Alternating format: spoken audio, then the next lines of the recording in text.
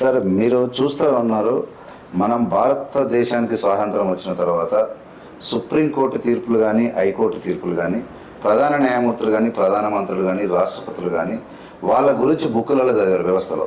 వాళ్ళంటే ఒక దైవ స్వరూపాలని ప్రజలకు తెలుసు. వాళ్ళ తీర్పులు ఏ వచ్చినా ప్రజలు ఎదురు తిరగకూడదు, మాట్లాడకూడదు. వాళ్ళ యొక్క తీర్పులు అలా ఉంటాయి, వాళ్ళకంత గౌరవం ఇవ్వాలి. అత్యున్నతమైన న్యాయస్థానాలకు అంత గౌరవం ఉంది. కానీ వాళ్ళు ఇచ్చినటువంటి తీర్పులు చూస్తూ ఉంటే మీరు చెప్పేటువంటి మెజారిటీ ఒక కాన్స్పిరసీ ఏదైతే అవాయిడ్ ఈ దళితులను కానీ ఈ వెనుకబడిన వాళ్ళందరినీ రిజర్వేషన్ల నుంచి తీసేయాలి అన్నటువంటి ఒకరిని దగ్గరికి పెట్టుకొని ఒకరిని తన్నిన తర్వాత మళ్ళీ వీడిని కూడా వాడు పోయినాక ఇద్దరిని తన్నేటువంటి పాలసీ లోపల ఈ అత్యున్నత న్యాయస్థానంలో దైవ స్వరూపాలు కళ్ళకు బట్టలు కట్టుకొని తీర్పు చెప్పాల్సినటువంటి వీళ్ళు కాన్స్పిరసీతో చెప్పుతున్నటువంటి తీర్పులను, ఇంత ప్రమాదకరమైన తీర్పులను ప్రజలు మాదిగలు ఎలా దీన్ని వ్యతిరేకించాలి? ఈ ప్రమాదకరమైన సిచ్యువేషన్ ఎలా పబ్లిసిటీ చేయాలి? ఎలా ప్రజల్లోకి వెళ్ళాలి? ఇప్పుడు ఎలాగంటే ఇప్పుడు ఎస్పెషలీ మన సుప్రీంకోర్టు అయినా హైకోర్టు అయినా మీరు అన్నట్టు జడ్జిలు అంటే న్యాయమూర్తులు అంటారు వాళ్ళని. ధర్మమూర్తులు న్యాయమూర్తుల కింద చూస్తారు. వాళ్ళని అలాగే చూడాలి. ఒకళ్ళు ఇద్దరు ఇచ్చినటువంటి అననుకూలమైనటువంటి జడ్జిమెంట్లని బేస్ చేసుకుని మొత్తం వ్యవస్థను మనం చూడకూడదు సార్. ఇప్పుడు ఫర్ ఎగ్జాంపుల్ ఇప్పుడు జడ్జిమెంట్ కొన్ని వర్గాలకి వ్యతిరేకంగా వచ్చింది, ఇవి ఇచ్చిన జడ్జిమెంట్ కొన్ని వర్గాలకు అనుకూలంగా వచ్చింది. అవును కదా, అక్కడ క్లాసిఫికేషన్ చేయొద్దు అన్నారు. ఒక నిమిషం, అప్పుడే వాళ్ళు ఇచ్చిన వాళ్ళు అక్కడ వచ్చినటువంటి 5 6 వాళ్ళు అదే సుప్రీంకోర్టు జడ్జిలు. ఇప్పుడు వీళ్ళే జడ్జిలు. ఇక్కడ ఏం మారుతుందంటే, అందుకే రాజ్యాంగం చాలా ఇంపార్టెంట్ అవుతుంది. రాజ్యాంగం ఆర్టికల్ 50 అనుకుంటాను, వాటిలో ఏముంటుందంటే separation of judiciary from executive ఉంటుంది. ఓకే, ఇన్ పబ్లిక్ అపాయింట్మెంట్స్లోను పోస్టుల్లోనూ జ్యుడిషియరీని ఎగ్జిక్యూటివ్ని కంప్లీట్గా సెపరేట్ చేయమంటుంది. ఎందుకంటే ఎప్పుడైతే జడ్జిలు నాకు రాజ్యసభ నామినేషన్ వస్తుందాను, లేకపోతే హ్యూమన్ రైట్స్ కమిషన్ చైర్మన్షిప్ వస్తుందాను, లేకపోతే ఇంకో గవర్నర్షిప్ వస్తుందాను, లేకపోతే నేను వైస్ ప్రెసిడెంట్ చేస్తాను, లేకపోతే ఇంటర్నేషనల్ కోర్ట్ ఆఫ్ జస్టిస్ నేను రికమెండ్ చేస్తాను, ఒక ప్రలోభం పెట్టి జడ్జిమెంట్లు కనుక ఇన్ఫ్లుయెన్స్ చేసే ప్రయత్నం ఎగ్జిక్యూటివ్ చేసే అవకాశం ఉంది. కాబట్టి అసలు ఇటువంటి పోస్టులు ఏ పోస్టుల్లోనూ వాళ్ళని అపాయింట్ చేయకూడదు అన్నది separation of judiciary from executive అన్నమాట. కానీ ఏం జరుగుతుందంటే అది ఆర్టికల్, ఇది డైరెక్ట్ ప్రిన్సిపల్స్లో ఉంటుంది. అది న్యాయబద్ధంగా దాన్ని కోర్టుకు వెళ్ళి దాన్ని మనం సాధించుకోలేము. కానీ డైరెక్ట్ ప్రిన్సిపల్స్ అనేది చాలా important. In the governance of the country they cannot be ignored అంటాడు అంబేద్కర్. అది మనం చూసుకుంటే direct principles of state policy అన్నవి ఈ జాతి నిర్మాణానికి, ఈ దేశ నిర్మాణానికి, సంక్షేమ రాజ్య నిర్మాణానికి, సామ్యవాద రాజ్య నిర్మాణానికి, ప్రజాస్వామ్య నిర్మాణానికి, లౌకిక రాజ్య నిర్మాణానికి అన్నిటికీ కూడా ఒక సూచిక లాంటిది, ఒక గైడెన్స్ లాంటిది direct principles of state policy అంటే. ఇప్పుడు డైరెక్ట్ ప్రిన్సిపల్స్ ఆఫ్ స్టేట్ పాలసీలో అత్యంత ప్రధానమైనటువంటి ఆర్టికల్స్ ఏమంటే ఆర్టికల్ 38 అండ్ ఆర్టికల్ 39. వాటితో పాటు షెడ్యూల్డ్ కులాలు వచ్చేటప్పటికి ఆర్టికల్ 46. ఆర్టికల్ 46 ఏం చెప్తుందంటే రాజ్యం అన్నది వీకర్ సెక్షన్స్ని ఆర్థికంగాను ఎడ్యుకేషనల్గాను ముందుకు తీసుకెళ్ళటానికి ప్రత్యేకించి స్టేట్ గవర్నమెంట్లు ప్రత్యేకమైన శ్రద్ధ వహించాలి అంటాయి. అది weaker sections particularly SC STs యొక్క ఆర్థిక అభివృద్ధి కోసం, విద్యాపరమైనటువంటి వికాసం కోసం రాజ్యాలు ప్రత్యేక శ్రద్ధ తీసుకోవాలనుకుంటారు. ఆ ప్రత్యేక శ్రద్ధను ఏం చేశారంటే కొన్ని స్కాలర్షిప్లు ఇవ్వటం, కొన్ని రిజర్వేషన్లు ఇవ్వటం, దాంతో పెట్టేశారు తప్ప క్వాలిటీ ఎడ్యుకేషన్ ఇవ్వాలి, టెక్నికల్ ఎడ్యుకేషన్ ఇవ్వాలి, స్కిల్ బేస్డ్ ఎడ్యుకేషన్ ఇవ్వాలి, కమ్యూనికేషన్ స్కిల్స్ ఇవ్వాలి, పర్సనాలిటీ డెవలప్ చేయాలి, వీళ్ళని నిజంగానే దేశానికి సంబంధించినటువంటి మానవ వనరులుగా తీర్చిదిద్దాలి అనేటటువంటి ఆలోచన ఏ ప్రభుత్వానికి లేదు. లేకపోవడం వల్ల ఏం జరిగిందంటే ఇప్పుడు ఉద్యోగస్తులు అందరూ గవర్నమెంట్ స్కూల్స్లో ఎవరి పిల్లల్ని జాయిన్ చేయరు. రాజకీయ నాయకు ఈ రోజున ఆటో డ్రైవర్ కూడా ఆటో డ్రైవర్ కూడా ఏమాత్రం వెసులుబాటు ఉన్నాడు పిల్లోడిని ప్రైవేట్ స్కూల్లో పెడుతున్నారు కానీ గవర్నమెంట్ స్కూల్లో పెట్టట్లేదు. కానీ ఎస్సీలు ఎస్టీలు ఎక్కువ మంది 90% చదువుకున్న స్కూల్స్ ఏంటి? Government schools. గవర్నమెంట్ స్కూల్ సిస్టమ్ని గవర్నమెంట్ సెక్టర్లో పెట్టుకొని అక్కడ కేవలం కొంతమంది టీచర్లకి జీతాలు ఇవ్వడానికి పనికి వస్తున్నాయి. కానీ గవర్నమెంట్ స్కూల్స్ ఈ అభివృద్ధి ఇన్ఫ్రాస్ట్రక్చర్ డెవలప్మెంట్ పేరుతోటి కొంతమంది పొలిటీషియన్స్ అక్కడ మేత మేయడానికి పనికి వస్తున్నాయి. కానీ పిల్లలకు చదువు చెప్పడానికి ఏమాత్రం పని చేయట్లేదు. అది ఇప్పుడు ఢిల్లీ గవర్నమెంట్ ఒకటి తప్ప కొంతవరకు తమిళనాడు కేరళ గవర్నమెంట్లు తప్ప గవర్నమెంట్ స్కూల్స్ సరిగా ఉన్నటువంటి రాష్ట్రం ఒక్కటి కూడా లేదు దేశంలో. అది గనక సరిగా ఉండుంటే అభివృద్ధి చెందిన దేశాలు ఏదైనా కానీ యూరోప్ కానీ అమెరికాస్ కానీ లేదా ఈస్ట్ ఏషియన్ కంట్రీస్ ఇలా జపాన్ చైనా ఈ కొరియా సింగపూర్ లాంటి దేశాలు కానీ ప్రాథమిక విద్యా విధానం అంతా కూడా గవర్నమెంట్ సెక్టర్లోనే ఉంటుంది. ఇంటర్మీడియట్ వరకు గవర్నమెంట్ సెక్టరే, హయ్యర్ ఎడ్యుకేషన్ ప్రైవేట్ సెక్టర్లో ఉంటుంది. ఇక్కడ పునాది పడిపోతుంది అనమాట. అద్భుతమైన పునాది, అందరికీ ఒకటే పునాది, అందరికీ one nation one education policy. ఇక్కడ అది లేదు. డబ్బులు ఉన్నవాడికి ఒక రకమైన విద్య, డబ్బులు లేనివాడికి ఒక రకమైన విద్య. ఇప్పుడు మెజార్టీగా ఇప్పుడు యాక్చువల్గా సుప్రీంకోర్టులో చూసినా లేదంటే ఆ సుప్రీంకోర్టు ప్రధాన న్యాయమూర్తులను ఈ దేశ ప్రధాని కలిసిన లేదంటే సుమారుగా 3700 కులాలు ఉన్నటువంటి 5-6 కులాలు ఉన్నటువంటి ఈ దేశంలో ఒకే కులాన్ని తీసుకువచ్చి జింకన్న గ్రౌండ్లో పెట్టి వాళ్ళను నేను అనుకూలము రాజ్యాంగంలో ఉందా లేదా, వాళ్ళకి ఇంతమంది ఇంటలెక్చువల్ ఉంటారు తెలుసు కూడా. అది ఎలాగంటే ఇది రాజకీయ నాయకులకి అంబేద్కర్ ఏం చెప్పాడంటే, సార్ రాజ్యాంగం నేను రాశానయ్యా, కానీ రాజ్యాంగ నీతి అన్నది ఒకటి ఉంటుంది సార్. దానికి ఉదాహరణ చెప్తాను నేను. ప్రతి ఓటు వేయడానికి హక్కున్న ప్రతి ఒక్కడు 25 ఏళ్ళు నిండితే వాడు ఎమ్మెల్యే కానీ ఎంపీ కానీ పోటీ చేయడానికి అర్హత ఉంటుంది. దానికి తగ్గట్టుగా 25 లక్షల రూపాయలు ఎంతో వాడికి ఖర్చు పెట్టుకోవడానికి చూపించాలి. అది రాజ్యాంగం ఇస్తున్న హక్కు. కానీ రాజ్యాంగ నీతి ఏం చెప్తుంది? ఎవరైనా పార్లమెంట్కి వెళ్ళాలంటే పార్లమెంట్లో చట్టాలు ఇంగ్లీష్లో చేస్తారు. పార్లమెంట్లో చట్టాలు దేశాన్ని అంతటినీ ప్రభావితం చేస్తాయి. దేశం యొక్క ఆర్థిక వ్యవస్థని, సామాజిక వ్యవస్థని, రాజకీయ వ్యవస్థని, విద్యా వ్యవస్థని, ఆరోగ్య వ్యవస్థని, వ్యవసాయ వ్యవస్థని, పారిశ్రామిక వ్యవస్థని, అన్ని రంగాలని ప్రభావితం చేసే విధంగా చట్టాలు అక్కడ పార్లమెంట్లో జరుగుతాయి. ఆ పార్లమెంట్కి పంపేటప్పుడు రాజ్యాంగం ఇస్తున్న హక్కు ప్రకారం అయితే ప్రతి ఓటరు 25 ఏళ్ళు నిండితే ప్రతి ఒక్కడు ఎంపీకి పోటీ చేయొచ్చు. కానీ రాజ్యాంగ నీతి ఏం చెప్తుంది? అక్కడికి వెళ్ళి వాళ్ళని కాస్త సమర్థులైన వాళ్ళని, చదువుకున్న వాళ్ళని, విద్యావంతుల్ని, ఆర్థిక వ్యవస్థ తెలిసిన వాళ్ళని, సామాజిక సమస్యలు విశ్లేషించగలిగిన వాళ్ళని, సమర్థులైన వ్యక్తుల్ని పంపించండి అని రాజ్యాంగ నీతి చెప్తుంది. మన రాజకీయ పార్టీలన్నీ ఏం చేస్తున్నాయి? రాజ్యాంగ నీతిని పక్కన పెట్టి కేవలం ఆ మినిమం క్వాలిఫికేషన్స్ ఎవడుకునేవాడిని చూసి వాడి దగ్గర 100 కోట్లు 50 కోట్లు పార్టీ ఫండ్ తీసుకొని వాడికి టికెట్లు ఇస్తున్నాయి. వాడి క్రిమినల్లా, వాడు లఫంగా, వాడు రౌడీనా, ఇవన్నీ పక్కన పెట్టేసి ఎవడు ఎక్కువ అవినీతి చేస్తే వాడికి టికెట్టు, ఎవడు ఎక్కువ మానభంగాలు చేస్తే వాడికి టికెట్టు, ఎవడు ఎక్కువ క్రైమ్ చేస్తే వాడికి టికెట్టు. ఈ విధంగా రాజకీయ పార్టీలు మారిపోయిన సందర్భంలో ఒక కులం మీటింగ్కి ప్రధానమంత్రికి రావచ్చు అంటే అటు రాజ్యాంగ నీతి అన్నది వాడికి లేదు. కాబట్టి నరేంద్ర మోడీ అనేటటువంటి ప్రధానమంత్రికి రాజ్యాంగ నీతి లేదు. అతనికి రాజకీయమే కావాలి. అతనికి రాజకీయం కోసం ఏదైనా చేస్తాడు అనమాట. ఓకే, రాజకీయం కోసం ఏదైనా చేస్తాడు. కాబట్టి చేశాడు తప్పు. అది ఒక ప్రధానమంత్రిగా ఉన్నవాడు గుడికి శిలాన్యాసం చేయడం కూడా తప్పే. అది ఒక మతాన్ని ప్రమోషన్ చేసినట్టు ఉంటుంది. ఎవరు ప్రధానమంత్రి, ప్రధాన న్యాయమూర్తులు వాళ్ళు సాంస్కృతిక కార్యక్రమాల్లో కలవడంలో తప్పు లేదు. కానీ వీలైనంత వరకు దూరంగా ఉంటే ఒక రకమైన అనానిమిటీ మెయింటైన్ చేయాలంటారు. అనానిమిటీ అంటారు అంటే పబ్లిక్లో అడ్వర్టైజ్మెంట్ లేకుండా మీరు ఒక లైఫ్ని లీడ్ చేస్తే ప్రభావితం అవ్వకుండా ఉంటారు.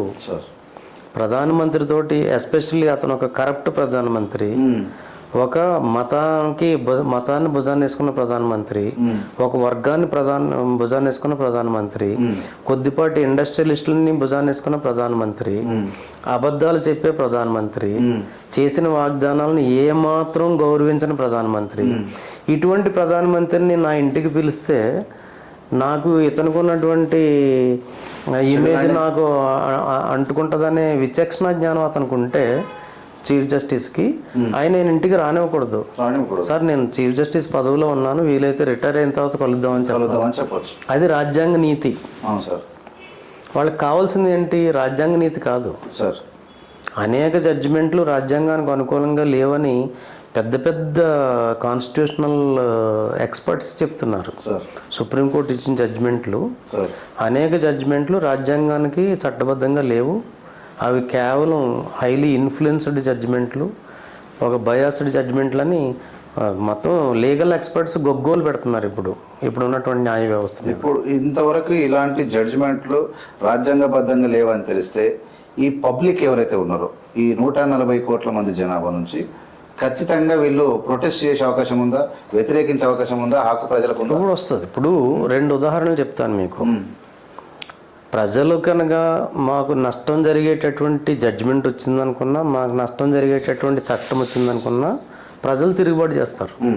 దానికి 2 ఉదాహరణలు మీకు చెప్తాను. ఒకటి 2017 సంవత్సరంలో అట్రాసిటీస్ యాక్ట్లో కొన్ని మార్పులు చేర్పులు చేస్తూ ఒక అమెండ్మెంట్ వచ్చింది, కాన్స్టిట్యూషన్ అమెండ్మెంట్. దాన్ని వ్యతిరేకిస్తూ నార్త్ ఇండియాలో ఉన్న దళితులందరూ రోడ్డు మీదకి వస్తే 11 మంది చచ్చిపోయారు ఒక రోజు కాల్పుల్లో. దాని తర్వాత మళ్ళీ దాన్ని తిరిగి తీసుకోవటం జరిగింది. అలాగే ఫామ్ లాస్ అని 3 ఫామ్ లాస్ తీసుకొచ్చాడు నరేంద్ర మోడీ.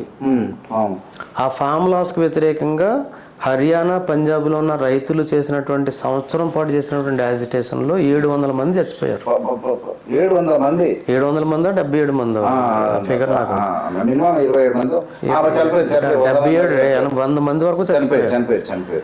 అప్పుడు ఆ చట్టాలను వెనక్కి తీసుకోవాల్సి వచ్చింది. ప్రమాదకరమైనటువంటి రోడ్లు మొత్తం. ఇప్పుడు ఏం జరుగుతుందంటే అక్కడ రైతులు కాబట్టి అన్ని కులాల వాళ్ళు ఉంటారు, అన్ని మతాల వాళ్ళు ఉంటారు, చాలా బలమైన వర్గం కాబట్టి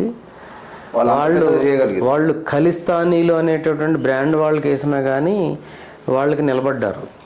రేపొద్దున్ని మాలా మాదిగలు కనుక రోడ్డు మీదకి వెళ్ళి ఈ చట్టాలను వ్యతిరేకిస్తూ రోడ్డు మీదకి వెళ్తే ఈ మెజారిటీ అంతా ఒకటైపోయి వీళ్ళ టెర్రరిస్టులు అవసరమైతే వీళ్ళని అడ్డంగా AK-47 పెట్టి చంపేయండి, మిసైళ్ళు వేసి చంపేయండి, బాంబులు వేసి చంపేయండి అంటే అడిగే దిక్కు ఉండదు భారతదేశంలో.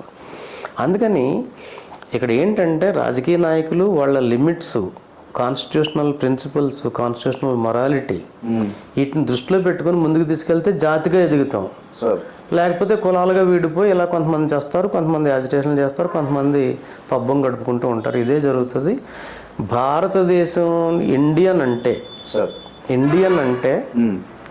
ప్రపంచ దేశాల్లో ఎక్కడ ఎవరు గౌరవించరండి. మన గురించి మనం డప్పాలు కొట్టుకోవటమే. ఎందుకు? ఇక్కడ కల్చర్ లేదు. ఇక్కడ చాలా నీతి లేదు. ఇక్కడ ఏంటంటే అవినీతిపరమైన దేశం అని, ఇక్కడ కుల వ్యవస్థ చాలా దరిద్రం, మనుషులను మనుషులుగా చూడరని, ఇక్కడ అంటరానితనం ఉందని, ఇక్కడ మహిళలకి గౌరవం లేదని, ఫ్రీడమ్ లేదని, ఇక్కడ ఇటువంటి అబద్ధాలు చెప్పేటటువంటి ప్రధానమంత్రులు ఉన్నారని, అవన్నీ రాంగ్. ఇక్కడున్నటువంటి డబ్బాలు కొడుతున్న మ్యూజిక్ అది. ఇక్కడున్నటువంటి సోల్డ్ అవుట్ మీడియా డబ్బాలు కానీ ప్రపంచంలో ఉన్న మీడియా ఏది కూడా భారతదేశాన్ని అంత ఎత్తులో చూపదు.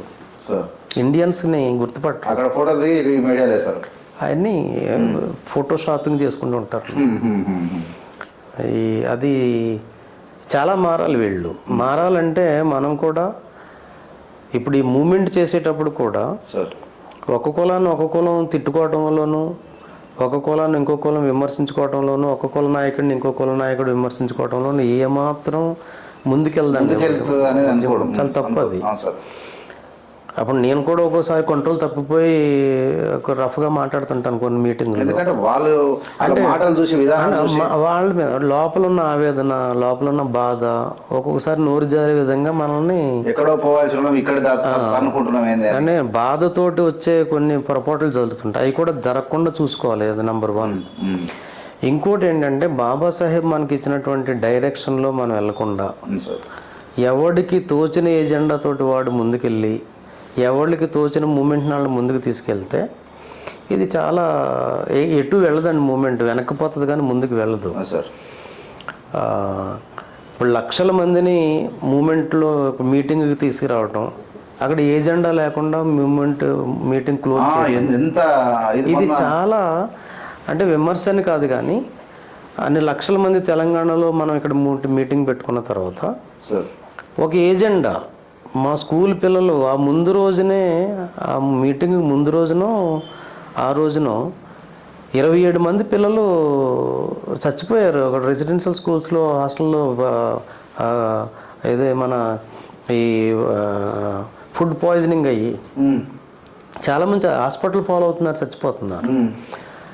అలా మా రెసిడెన్షియల్ స్కూల్స్లో ఎడ్యుకేషన్ బాగు చేయండి, మా హాస్టల్స్ బాగు చేయండి, మా సబ్సిడీలు రిలీజ్ చేయండి. 700 కోట్ల రూపాయలు తెలంగాణ గవర్నమెంట్లో గత 7 ఏళ్ల నుంచి 700 కోట్ల రూపాయలు సబ్సిడీల రూపంలో, ఎస్సీలకు రావాల్సిన సబ్సిడీల రూపంలో రిలీజ్ కావట్లేదు. ఈ చిన్న చిన్న వ్యాపారాలు పెట్టుకున్న వాళ్ళందరూ కూడా అప్పులు పాలైపోయి రోడ్ల మీద పడుతున్నారు. వాళ్ళకి కంపెనీ నడుపుకోలేరు, వ్యాపారం నడుపుకోలేరు, బాకీలు తీర్చలేరు. ఇటువంటి వ్యవస్థ మొత్తం దేశం అంతా ఇలాగే నడుస్తుంది. ఈ ఇష్యూస్ ఎక్కడ ఎవడో పట్టించుకోవట్లేదు అందుకని మన మూమెంట్ ముందుకు తీసుకెళ్ళాలంటే ఎడ్యుకేషన్ ఎలా ఉండాలి, హెల్త్ ఎలా ఉండాలి, మన ఇండస్ట్రియల్ పాలసీ ఎలా ఉండాలి, మనకి అగ్రికల్చర్ పాలసీ ఎలా ఉండాలి, మన ఏజెస్ పాలసీ, వేజ్ పాలసీ ఎలా ఉండాలి, మినిమం వేజ్ పాలసీ ఎలా ఉండాలి, ఇవన్నీ కూలంకషంగా 10 మంది కూర్చొని ఆలోచించుకొని, నేను అదే చెప్తున్నాను ఎక్కడికి వెళ్ళినా, సమాలోచన లేని సమావేశాలు పనికిరావు, ఏ రిజల్ట్ ఇవ్వదు. ఒక సమాలోచన అన్నది జరగాలి, 10 మంది కూర్చొని ఒక ఏజెండాని మాట్లాడుకోవాలి. అలాగే అవగాహన లేని నాయకత్వాలు ఉద్యమాన్ని పెడదోవలోకి తీసుకెళ్తాయి కానీ సరైనటువంటి మార్గంలో నడిపించలేవు. అవగాహన లేని వ్యక్తులు, అవగాహన లేని నాయకులు ఏదో పాపులారిటీ కోసం, ఏదో పదవుల కోసం, అంతే ఈ రెండుటి కోసం, లేకపోతే ఆడి ఈడి ఇచ్చేటటువంటి డబ్బుల కోసం ఆశపడి జనం ముందుకు వెళ్ళిపోతే జనానికి ఎవడెనక వెళ్ళాలి, ఎవడి ముందుకు వెళ్ళాలి అన్నది చాలా కన్ఫ్యూజన్ ఉంటుంది, చాలా దారుణంగా ఉంటుంది. కాబట్టి కమ్యూనిటీ చాలా పెద్ద కమ్యూనిటీ ఇక్కడ. ఇప్పుడు ఆంధ్రప్రదేశ్లోనే షెడ్యూల్ కాస్ట్లు అందరూ కలిపితే ఇప్పుడున్నటువంటి పాపులేషన్ దగ్గరగా 85 లక్షలని 2015లో ఒక జీవో తీసుకొచ్చిన దాని లెక్కల ప్రకారం 85 లక్షల మంది ఎస్సీ పాపులేషన్ ఉన్నారు అక్కడ, ఇక్కడ ఆంధ్రప్రదేశ్లో. ఇక్కడ ఎంతమంది ఉన్నారన్నది నాకు పక్కా లెక్క. నాకు ఉంటారనమాట 45-55 రేషియోలు ఉంటారు ఇక్కడ. అందులో ఇప్పుడు 51-52% మాలలు ఉంటారు, ఓన్లీ మాలా కమ్యూనిటీ. అలాగే 41% మాదిగలు ఉంటారు. ఈ మాదిగలను పక్కన పెట్టేస్తే మిగిలిన చిన్న చిన్న ఉపకులాలు ప్లస్ అదర్ కులాలు, రెల్లి ఆది ఆంధ్ర కులాలు కలిపి వాళ్ళకి 8% ఉంటారనమాట. వీళ్ళందరూ ఈ క్లాసిఫికేషన్ గురించి కొట్టుకుని ఈ కామన్ ఏజెండాను వదిలేస్తే నష్టపోయేది 98%. క్లాసిఫికేషన్ వల్ల వచ్చే ప్రయోజనం 2% ఉంటుంది. 1% ఉంటుంది. క్లాసిఫికేషన్ లో ఉన్న మర్మం తెలవాలి, నేను ప్రమాదం దాగి చాలా ప్రమాదం అండి. ఇప్పుడు ప్రమాదం ఉంది కాబట్టి పైకి కనపడేది క్లాసిఫికేషన్, సామాజిక న్యాయము, సబ్స్టాన్షియల్ జస్టిస్ అని ఒక పేరు పెట్టాడు చీఫ్ జస్టిస్ గారు దీనికి. ఇప్పుడు ఆయన క్లాసిఫికేషన్ ఎందుకు రికమెండ్ చేస్తున్నాడంటే సబ్స్టాన్షియల్ జస్టిస్ చేస్తాడండి. దాంతో అంటే వీలైనంత ఎక్కువ న్యాయం చేస్తాడంట. అదే ఇప్పుడు ఆయన అక్కడ ఆర్థిక విషయాల గురించి మాట్లాడలేదు, ఎడ్యుకేషన్ గురించి మాట్లాడలేదు, వ్యాపార అవకాశాల గురించి మాట్లాడలేదు, ఓకే, పొలిటికల్ రిప్రజెంటేషన్ వాయిస్ లేదన్న దాని గురించి మాట్లాడలేదు. సబ్స్టాన్షియల్ జస్టిస్ కేవలం ఈ ఉద్యోగాల ద్వారా తీసుకొస్తాడంట. ఇది 1% ఉద్యోగాల ద్వారా. పాపులేషన్ దేశం మొత్తం పాపులేషన్లో 1% ఉద్యోగాలు మాత్రమే దేశం మొత్తం. ఇక్కడ ఏంటంటే గమనించవలసింది, ఉద్యోగస్తుల పిల్లలకే ఉద్యోగాలు వస్తున్నాయి అన్నది కొంతవరకు నిజం ఉంది అందులో. ఎందుకంటే ఉద్యోగస్తుల పిల్లలకి చదివించుకునే అవకాశం కలుగుతుంది. ఈ ఉద్యోగాల్లో లేని వాళ్ళకి చదివించుకునే అవకాశమే లేదు. వాళ్ళు గవర్నమెంట్ బడుల్లో మగ్గిపోతున్నారు, అక్కడ చదువు లేదు. ఉద్యోగాలు కూలీ నాలి చేసుకునే వాళ్ళ పిల్లలకు ఉద్యోగాలు ఎందుకు రావట్లేదంటే వాళ్ళు చదువుతున్నటువంటి ఇన్స్టిట్యూషన్ వల్ల నాశనం చేశారు కాబట్టి. అక్కడ నాణ్యమైన విద్య ఇస్తే వాళ్ళు ఉద్యోగస్తుల పిల్లలతో పోటీ పడతారు. సార్ ఇప్పుడు మనము చాలా అంటే పెద్ద లెంతీ వీడియో ఇష్టం, ఈ వీడియోకి మనం షార్ట్ వీడియోలు కూడా చేయడానికి ప్రయత్నం చేద్దాం. అయితే సార్ నేను మెజార్టీగా ఇప్పుడు ఉన్నటువంటి ఏమైందంటే రాజ్యాంగము అంటే సుప్రీంకోర్టు ఇచ్చిన తీర్పు ఉన్న నష్టాలు పక్కన పెట్టి ఇలా మాదిగలు మెజార్టీ తెలుగు రాష్ట్రాల్లో కొట్టుకున్న పరిస్థితికి వచ్చింది, గ్రూపులుగా విడిపోయే పరిస్థితికి వచ్చింది. ఎవరికి వాళ్ళు మీటింగ్లు పెడతా ఉండి ఎవరి బలాలు చూపించుకుంటా ఉన్నారు. అసలు ఇంత బలం చూపిస్తే ఇంత ఎడ్యుకేటెడ్ భారతదేశానికి స్వాతంత్రం వచ్చి 75 ఏళ్ళు అయినా రాజ్యాంగం 564 పేజీల యొక్క తీర్పు ఇస్తే ఆ తీర్పులో ఉన్నటువంటి మూల అంశాలు తెలియకుండా మూర్ఖుల్లాగా కొట్లాడుతున్నారు అని వాళ్ళంటే అంతే. ఇద్దరిలో ఎవరన్నా ఒకరు చెప్తే ఒకరికి అర్థమవుతుంది. ఈ విధంగా చేస్తున్నారు. ఇప్పుడు మీరు ఇచ్చిన క్లారిఫికేషన్ తోటి ముఖ్యంగా రిజర్వేషన్లు అనేటివి కొన్ని రోజుల తర్వాత ఒక మాలలు ఉన్నారు, మాలలు 6% ఫుల్ఫిల్ అయితే వాళ్ళని తీసేస్తాం, మాదిగలు 7% ఫుల్ఫిల్ అయితే వాళ్ళని తీసేస్తాం, మిగతా వాళ్ళని తీసేస్తామంటే నిర్మూలిస్తాం అన్నటువంటి పదం ఎంతెంత ప్రమాదకరమైనటువంటి సూచికలు సూచిస్తూ ఉంది. అంత ప్రమాదకరమైన సూచికలు 500 పేజీలో ఉంటే వాడిని వెతుక్కోకుండా నువ్వు ఇన్ని తిన్నావు నేను ఇన్ని తిన్నావు అని చెప్పి ఇన్ని రోజులుగా 30 ఏళ్ళుగా కొట్లాడుతున్నారంటే, ఇంత తెలివి లేకుండా అంబేద్కర్ వారసులు ఈ విధంగా బతుకుతున్నారంటే దీన్ని ఒక మాటలో ఎలా ఐక్యం చేయొచ్చు, ఎలా వీళ్ళందరినీ అంటే ఇప్పుడు మనలో ఉన్నటువంటి నాయకులు కనీసం మందకృష్ణ గారు ఒకరే సార్. మనకి అన్నయ్య పివిరావు గారు పోయిన తర్వాత మాలలకి నాయకులుగా కొంతమంది వచ్చారు. వాళ్ళ పేర్లు చెప్పడం కాదు కానీ ఒకళ్ళు ఎంపీ కోసం, ఒకళ్ళు ఎమ్మెల్యే కోసం, ఒకళ్ళు ఎమ్మెల్సీ కోసం, ఒకళ్ళు ఏదో ఎస్సీ కమిషన్ చైర్మన్ కోసం వాళ్ళ టార్గెట్లు అయ్యేగా మిగిలిపోయినాయి. ఈ కమ్యూనిటీని ఆర్గనైజ్ చేయడం, దీనికి ఒక డైరెక్షన్ ఇవ్వడం అనేటటువంటి కార్యక్రమంలో వాళ్ళు ముందుకు రాలేకపోయారు. నేనేం చేశానంటే ఈ కార్యక్రమంలో ఎడ్యుకేషన్ చాలా ఇంపార్టెంట్, కానీ పిల్లలకి అవేర్నెస్ బిల్డ్ చేయటం కార్యక్రమంలో కొన్ని లక్షల మంది పిల్లలకి నేను ఇంగ్లీష్ నేర్పించడం అని, పర్సనాలిటీ డెవలప్మెంట్ చెప్పడం అని, ఎడ్యుకేషన్ అంటే ఏంటి, ఎంప్లాయ్మెంట్ ఏంటి, ఎక్కడ బాగుంటుంది, ఏం చదివితే బాగుంటుంది, ఎలా చదివితే బాగుంటుంది అనే విషయాలు చెప్పుకుంటూ వస్తున్నాను. అయితే మీరు చిల్డ్రన్ విద్య అంటూ అంటే ఎడ్యుకేషన్ స్టూడెంట్స్ కదా, వయోజన విద్య లేక ఈ నాయకులకు అందరు కలిసి పాఠాలు చెప్తే కూడా బాగుంటుంది వారానికి ఒకసారి. వాళ్ళు వచ్చి ఒక చోట కూర్చునే వ్యవస్థ ఉంటే సార్ వాళ్ళని ఎడ్యుకేట్ చేయొచ్చండి. వాళ్ళకి చెప్పకపోతే వీళ్ళు కొట్లాడుకుంటారు. పిల్లలు సామాజిక కార్యకర్తలకి కూడా ఎడ్యుకేషన్ అవసరం. అదే అంటున్నాను.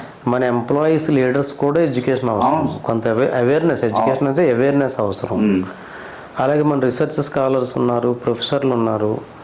ఇప్పుడు షెడ్యూల్డ్ క్యాస్ట్లకు ఉన్న డెఫినేషను వివరించి చెప్పండి అంటే 198 మంది అడ్వకేట్స్, 190 మంది జడ్జిలు కూడా డెఫినేషన్కి ఫుల్ మీనింగ్ ఎవరికి తెలియదండి. That is the inefficiency in the country. ఎంత ఇన్ఎఫిషియన్సీని కంట్రీలో పెట్టుకొని ఇంకా ఇన్ఎఫిషియన్సీని పెంచే విధంగా మీరు ఈ ఈడబ్ల్యూఎస్ రిజర్వేషన్లు అని, ఎస్సీల్లో కేటగిరైజేషన్ అని, ఇటువంటి విధానాల వల్ల ఎవరు దేశానికి మంచిది కాదు. ఇది కేవలం ఈ వర్గాలకు మంచిది కాదు అన్నది కాదు, దేశానికే మంచిది కాదు.